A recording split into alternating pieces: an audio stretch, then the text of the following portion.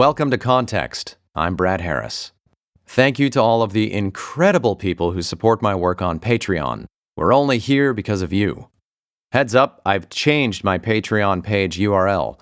It's now patreon.com/Brad Cole Harris. It shouldn't change anything about your account if you're already a supporter. I'm just trying to make my content across the web more consistent, and I'm toying with the idea of releasing another How It Began episode at some point, so I don't want my Patreon page restricted to context in that case. Also, I'm planning to release my next episode of Context only to supporters. So, if you're not already a patron and you don't want to miss the March episode of Context, head to patreon.com/Brad Cole Harris to sign up. You can learn more on my website, bradharris.com. Links for everything are in the show notes. Okay. Like many others, I've begun to worry about the fate of higher education in American society. Having spent most of my professional life in academia, my instinct is to regard the university system as sacred, as wisdom's workshop, to borrow the historian James Axtell's recent book title. Liberal democracy relies fundamentally on a very well-educated citizenry, and modern civilization more generally relies on a significant number of us possessing hard-earned historical perspective on what is true and what is good, and hard-earned scientific perspective on the full reach of human potential. For 800 years, universities have represented one of the most important institutions for fertilizing and cultivating that perspective, and even protecting it against humanity's tendency towards self-destruction through war, tribalism, and superstition. Despite how radically our society has changed over that span of time, universities have remained critical in supporting our ability to know ourselves and to know the world better and better, and to steward that knowledge from one generation to the next. This is what makes the university system sacred. As modern civilization's primary workshops of wisdom, universities are designed to safeguard the primary sources of human progress. Any threat to the university system should worry us. Today, there appear to be multiple. And the most frustrating thing of it is, those threats seem to be mostly self-imposed. Hundreds of universities across America appear to be systematically rendering themselves defunct by condoning appalling levels of bureaucratic bloat and illiberal thinking. A political rallying cry of late has been centered on the unsustainably escalating costs of college tuition and student debt. As Forbes put it in a 2018 feature story, the cost of college education in America has simply skyrocketed. The average American college tuition price has doubled since the late 1980s, rising 8 times faster than average American wages.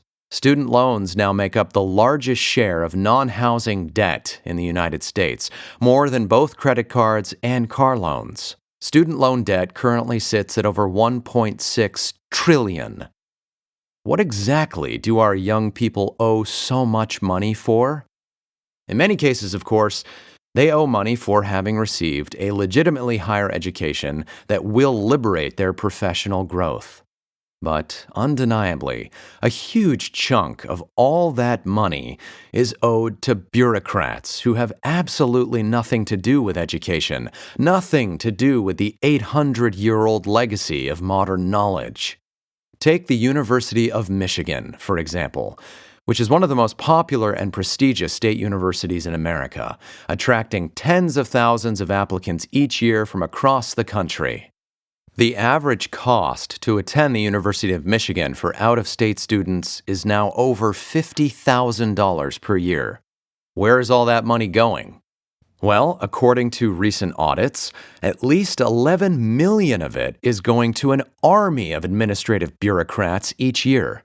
The university's provost's office, for example, has no less than 39 senior staff and an additional 26 junior staff on its payroll. The university's College of Literature, Science, and the Arts houses no less than 14 administrative offices that are completely separate and independent of the college's academic departments, where all of the actual learning takes place. How much do all of these non-academic bureaucrats get paid? And what exactly do they do? Well, the University of Michigan's highest paid administrator, who has nothing to do with teaching or research, is the Vice Provost for Equity and Inclusion and Chief Diversity Officer. He's paid just under $400,000 per year. Then there's the Associate Dean at the Office for Health Equity and Inclusion, who's paid $220,000 per year. There's another administrator in that same Office of Equity and Inclusion with the job title Faculty Lead. He's paid over $218,000 per year. There's the so-called Special Consultant for Communications and Engagement for Diversity, Equity, and Inclusion Strategic Plan, who's paid over $164,000 per year. No less than 3 assistant vice provosts for equity, inclusion, and academic affairs, who all earn $134,000 per year. Even the business administrator in the Office of Diversity, Equity, and Inclusion rakes in $134,000 per year. The School of Nursing has its own diversity and inclusion specialist, who's paid $123,000 per year. The list goes on and on like this, costing taxpayers and students at the University of Michigan and countless other universities across the country millions and millions of dollars every year. Is this money well spent? To put these salaries into perspective, the average assistant professor at the University of Michigan, who would normally be responsible for teaching multiple courses per year as well as maintaining robust scholarly research, earns just $65,000 per year. Assistant professors are like the infantry in the university system's army of educators.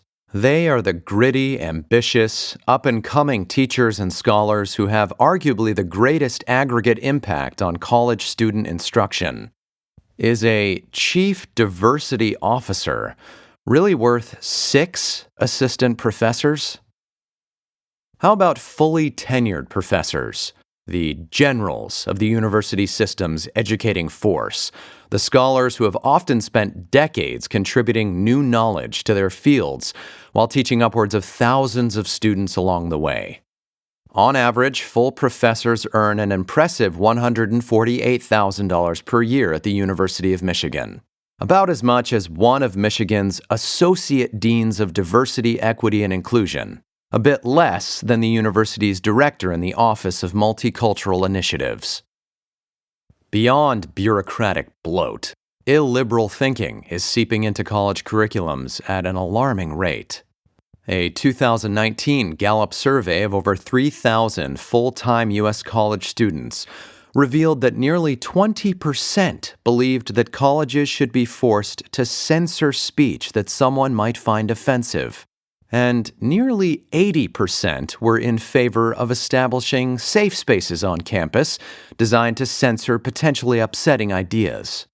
Moreover, students in hundreds of American college and university programs are being taught to racialize practically everything, from history and math to space exploration. In many cases, the emphasis of liberal arts education is shifting catastrophically from focusing on what can unite humanity to focusing on what divides us, as more and more professors dwell on what Westerners in particular have done wrong, who we've oppressed, what we've destroyed, at the expense of teaching students about what the West has gotten right, who we've liberated, what we've discovered. Just the term Western civilization has become taboo. Shakespeare is being canceled. Every conceivable act of injustice is being excavated from Western history by Western universities in a masochistic frenzy of self-flagellation.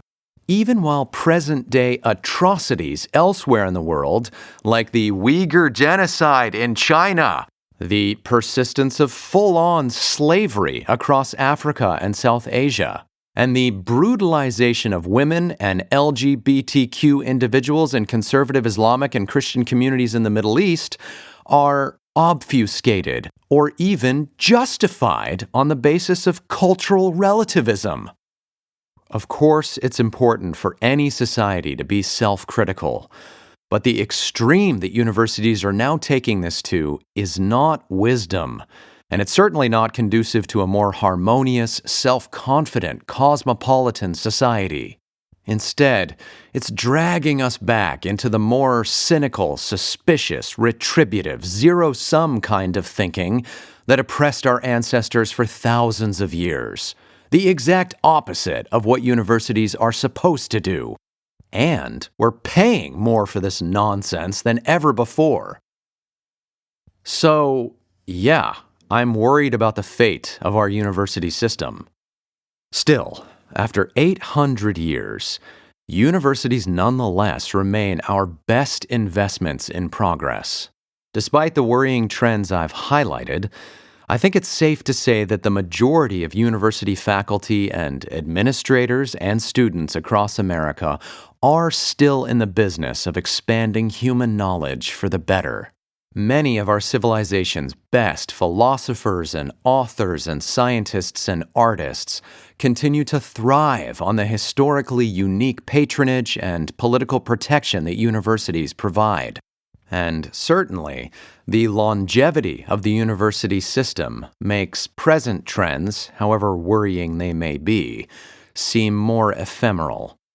As the historian James Axtell puts it in his book, Wisdom's Workshop, published in 2016, quote, "The university is now more than 8 centuries old, but instead of aging, it has in the last century gained new vigor and proliferated around the globe. On that basis alone, the latest alarms and hand-wringing over its prospects seem unwarranted."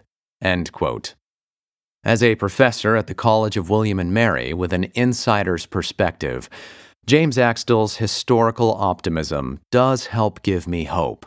As his book shows, the university is not only one of the most important institutions of the modern world, it is also one of the most resilient. Universities, as we know them, emerged in medieval Europe during the 1100s, when increasing political stability, agricultural productivity, and booming commerce enabled the Catholic Church to invest in a more dynamic educational system that could incorporate the West's rediscovery of ancient wisdom. As James Axtell explains, existing education, dating from the Dark Ages, was limited largely to religious observance and biblical transcription, and needed to be expanded to integrate, quote, "the influx of new Greco-Roman and Arabic learning in philosophy, mathematics, science, medicine, and law that arrived after 1100, chiefly via Arab scholars and translators in Spain," end quote. The oldest European universities have murky beginnings, but Bologna was certainly up and running by the 1100s, while Paris, Cambridge, and Oxford were granting degrees by the early 1200s. Trying to find the campus of even the most prestigious university 700 or 800 years ago would have been practically impossible, because university campuses didn't really exist back then. Aside from monasteries, medieval institutions of higher learning were simply distributed networks of teachers and students that worked out of rented quarters around town.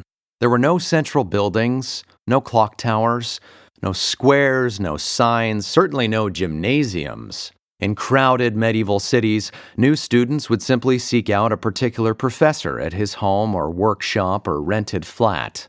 And for their part, when professors were called on by new students, they tended to engage in a very informal vetting process before deciding whether or not they would help the student find local accommodations. As Axtell writes, professors might, quote, "probe the lad's academic qualifications. Was he born free, a baptized Christian, at least 14 years of age, able to read and understand spoken Latin, and preferably to write it as well? If he passed, the master might have him sign a parchment matricula and take him under his wing as a member of his academic family and supervised inmate of his rented multi-room quarters." End quote. Only by the mid-1300s did a recognizably academic campus begin to emerge in some of the wealthiest locations around Europe, owing to the necessity of housing, feeding, protecting, and governing growing populations of students who might have traveled weeks away from home to enroll. Libraries were still barely relevant, as accumulating hand-copied manuscripts was often prohibitively expensive. Only after the spread of the movable type printing press did university libraries become standard. Modern students wouldn't really be able to recognize a medieval university as such until after the year 1500, when dining and lecture halls, libraries, and dorms all began to embody academic life for the first time. Although the look and feel of universities became more familiar by the 1500s, their fundamental purpose remained definitively pre-modern for additional centuries. And here's why. Medieval universities were not in the business of pursuing truth. They conducted nothing like research, as we understand that term today, for university leaders and students alike were convinced that the capital T truth was already known. The Bible supplied all of the knowledge of how the world worked and what humanity's place within it was.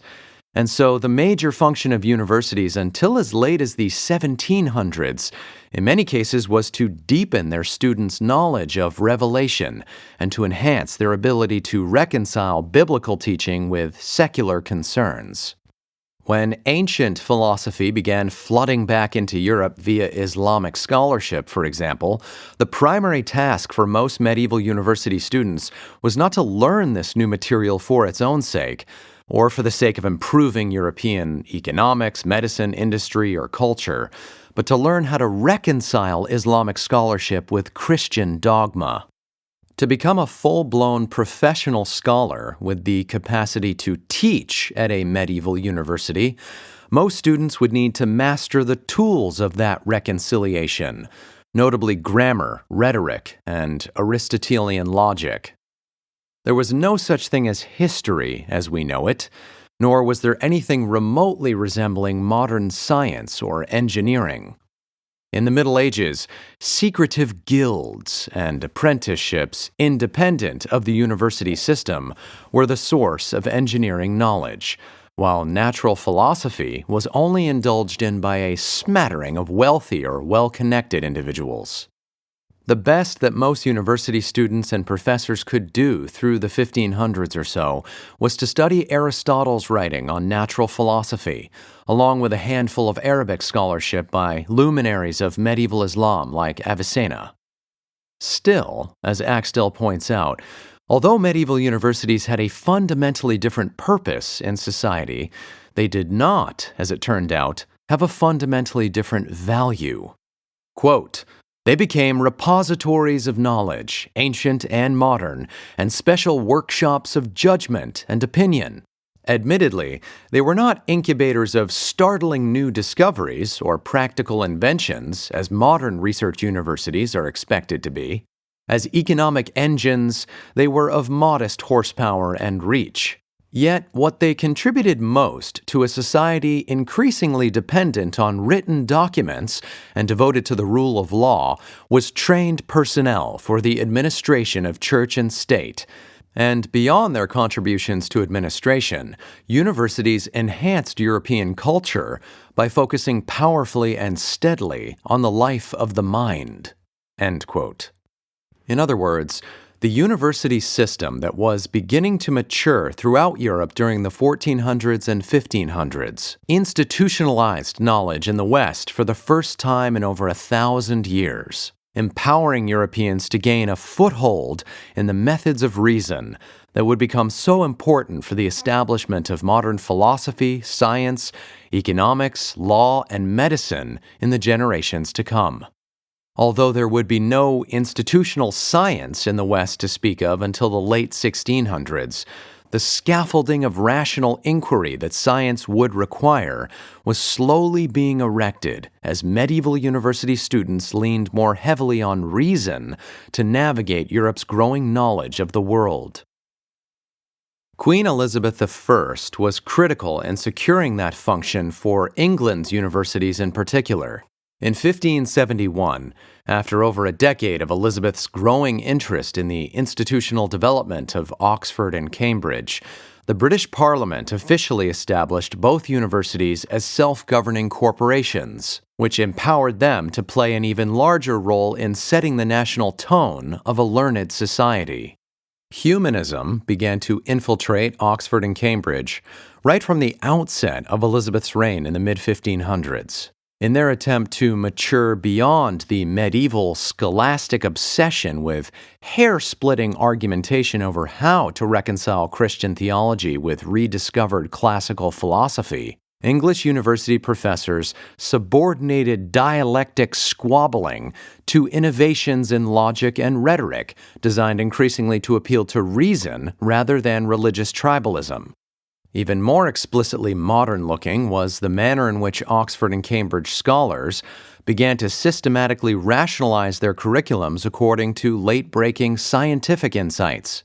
As Axtell points out, quote, "They downgraded the study of metaphysics in general, including Aristotle's, and they also dropped his physics and astronomy from the curriculum because these had been superseded by the recent discoveries of Tycho Brahe, Copernicus, Kepler, and Galileo." Aristotle continued to be read in college tutorials and explicated in university lectures, but faculty were no longer afraid to disagree with him. End quote. Likewise, it was in the beginning of Elizabeth's reign that English universities replaced Roman numerals with the Arabic number system we know today, in an effort to, as Axtell puts it, quote, "improve students' receptivity to and readiness for the emerging world of physical science." End quote. By 1600, university students at Oxford and Cambridge were expected to be comfortable enough with Arabic numbers, including the relatively radical mathematical concept of zero, to understand Copernicus's and Kepler's mathematical reasoning for a heliocentric model of the universe featuring elliptical planetary orbits. All of these modernizing developments at the university level in England and elsewhere through the late 1500s and early 1600s were reciprocal with the wider scientific revolution unfolding across Europe at that time. Beyond modernizing mathematics, a new age of scientific instrumentation, which was essential to the scientific revolution, blossomed concurrently within English universities, helping to reinforce Europe's wider cultural shift toward modern epistemology. Faculty and wealthy students alike began to make a habit of purchasing equipment that would aid in studies on surveying, navigation, optics, astronomy, and geography, including scales, compasses, dials, slide rules, maps, quadrants, and globes. Some very wealthy university members even purchased telescopes to replicate Galileo's bombshell discoveries of moons orbiting Jupiter and Venus's heliocentric phases, and to see for themselves the lunar mountains and craters that defied 2,000 years of belief in celestial perfection. Of course, fueling all of this phenomenal academic development was the spread of printed books in the wake of Gutenberg's movable type printing press. As universities modernized, however, retrogressive politics threatened to pull Europe back into medieval ignorance and chaos. The forces of destruction have had the upper hand against the forces of progress and production throughout human history, simply because it's always been easier to join the mob than to resist it. Just so, when universities throughout Europe were beginning to accrue the world's first mass-printed books, religious zealots and robbers alike pounced to burn and steal them. As Axtell documents, quote, "Many college collections, including both Oxford and Cambridge libraries, were the target of various Protestant and Catholic commissions, iconoclasts, and thieves. Whenever and wherever manuscripts were found, even precious pre-Catholic Anglo-Saxon documents, they often received ill treatment. Crowds paraded plundered books through the streets and then burned them. By 1556, Cambridge's university library had been reduced from 500 to 600 volumes to just 175. End quote. Then, as now, new knowledge, and in particular, new efforts to pursue truth despite orthodoxy, were often unwelcome. It would take generations for universities to normalize the institution of libraries stocked with hundreds or even thousands of new books, and upgrade them from gloomy, restrictive caverns of dust into professionally staffed, comfortably furnished cathedrals of learning. By 1600, for example, Cambridge University's main library consisted of barely over 1,000 books for the first time in its nearly 400-year history. Oxford's collection of around 16,000 books was much more impressive, representing one of the largest libraries of early modern Europe. Yet even these numbers are minuscule by comparison with what came later.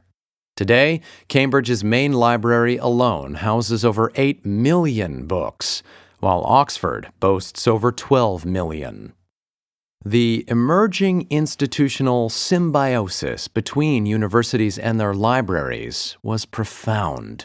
As reading became the backbone of modern learning through the 1600s, the entire culture of learning underwent a massive shift. Prior to the modern age, the personal authority of individual professors and orders and priests and princes was the source of what educated people believed was true. Learning was largely public and entirely oral. Attending lectures in the first medieval universities was simply an institutionalized version of how humans had acquired beliefs for literally hundreds of thousands of years. The spread of books fundamentally changed this.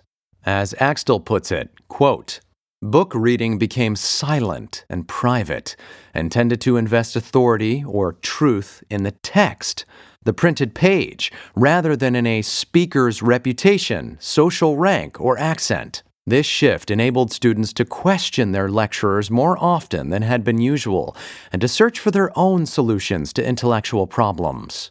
Owning one's own book and having access to larger and improved libraries also lightened the heavy scholastic burden of memory, allowing for more creative uses of mind." End quote. Along with books, reliance on scientific instruments and machines for novel insight on what was true continued to blossom throughout the 1600s and 1700s in Europe, and through the second half of the 1700s in America, when universities like Harvard, Yale, and Princeton began to hit their institutional stride. Harvard, for example, had been relatively bereft of books and instruments even as late as the year 1700, but by the eve of the Revolutionary War, the college managed to raise substantial funds from patriotic private benefactors to purchase teaching materials featuring the latest mechanical philosophy from Isaac Newton, including Harvard's first classroom telescopes, pendulums, barometers, quadrants, and air pumps. The most famous apparatus collected by an American college in the Revolutionary era, however, was probably Princeton's beautiful and highly intricate mechanical model of the solar system, crafted by the Philadelphia clockmaker David Rittenhouse in 1767, which was widely regarded as a miracle of the age. By then, all learned people knew that the Earth and all of the other planets revolved around the sun, but to actually see that prospect modeled in motion firsthand through ingeniously machined brass made a lifelong impression on aspiring scientists. This widespread Western embrace of new books and new scientific instruments in the 1700s characterized not only the culmination of the scientific revolution, but a cultural shift in Western institutions of higher learning away from maintaining traditional beliefs toward discovering new knowledge.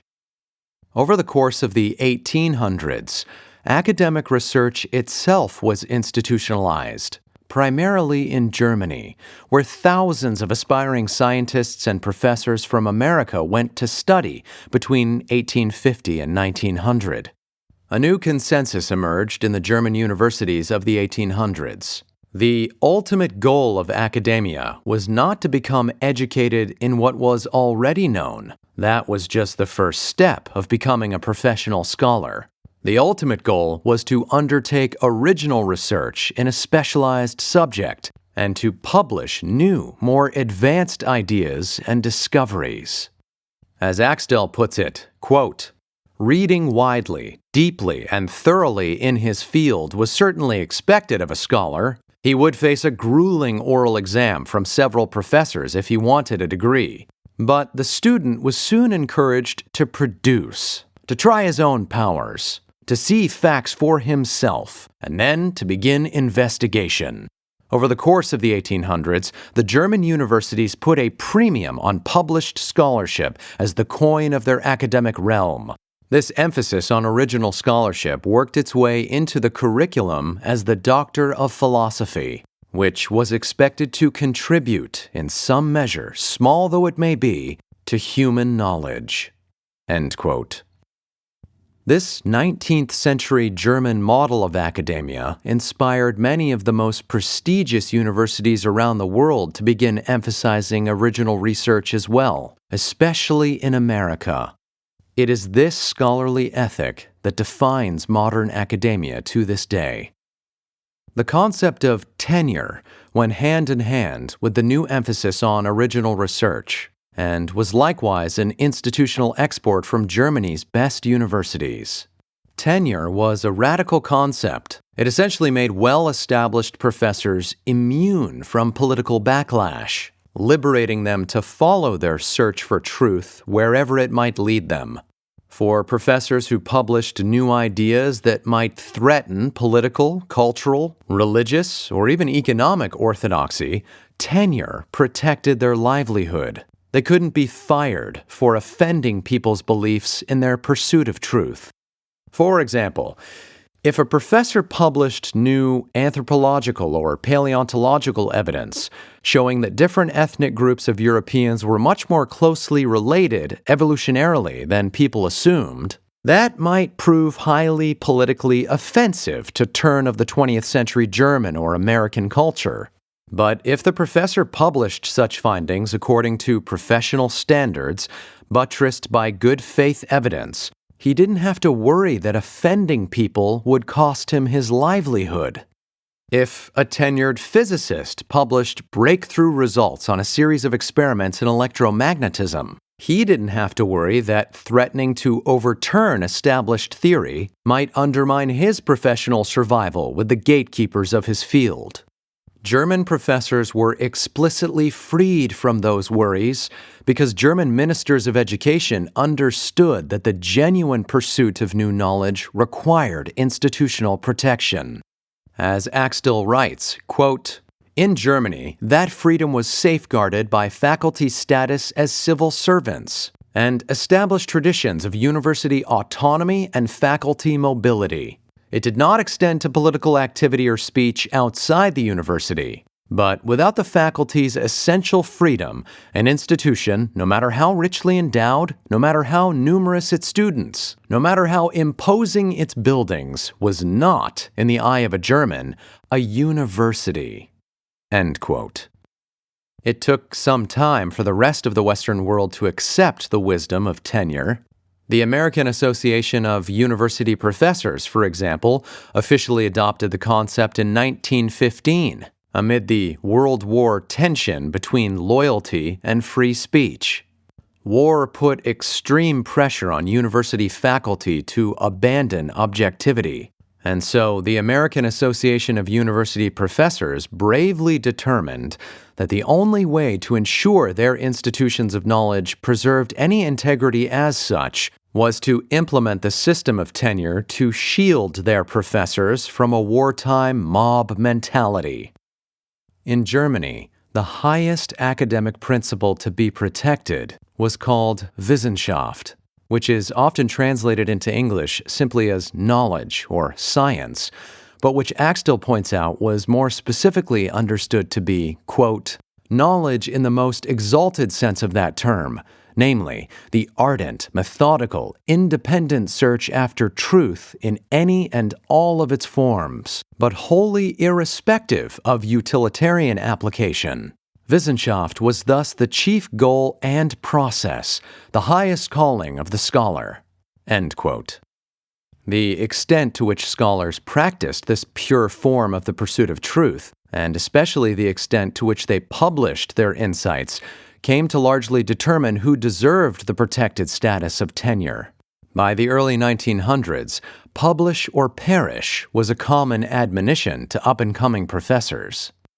Although America's best universities had lagged behind their old world counterparts for centuries in terms of the quality and quantity of academic research, they raced ahead between the end of World War I and the beginning of the Cold War, when a national ecosystem of research, as Axtell puts it, had emerged to support America's maturation as a global superpower.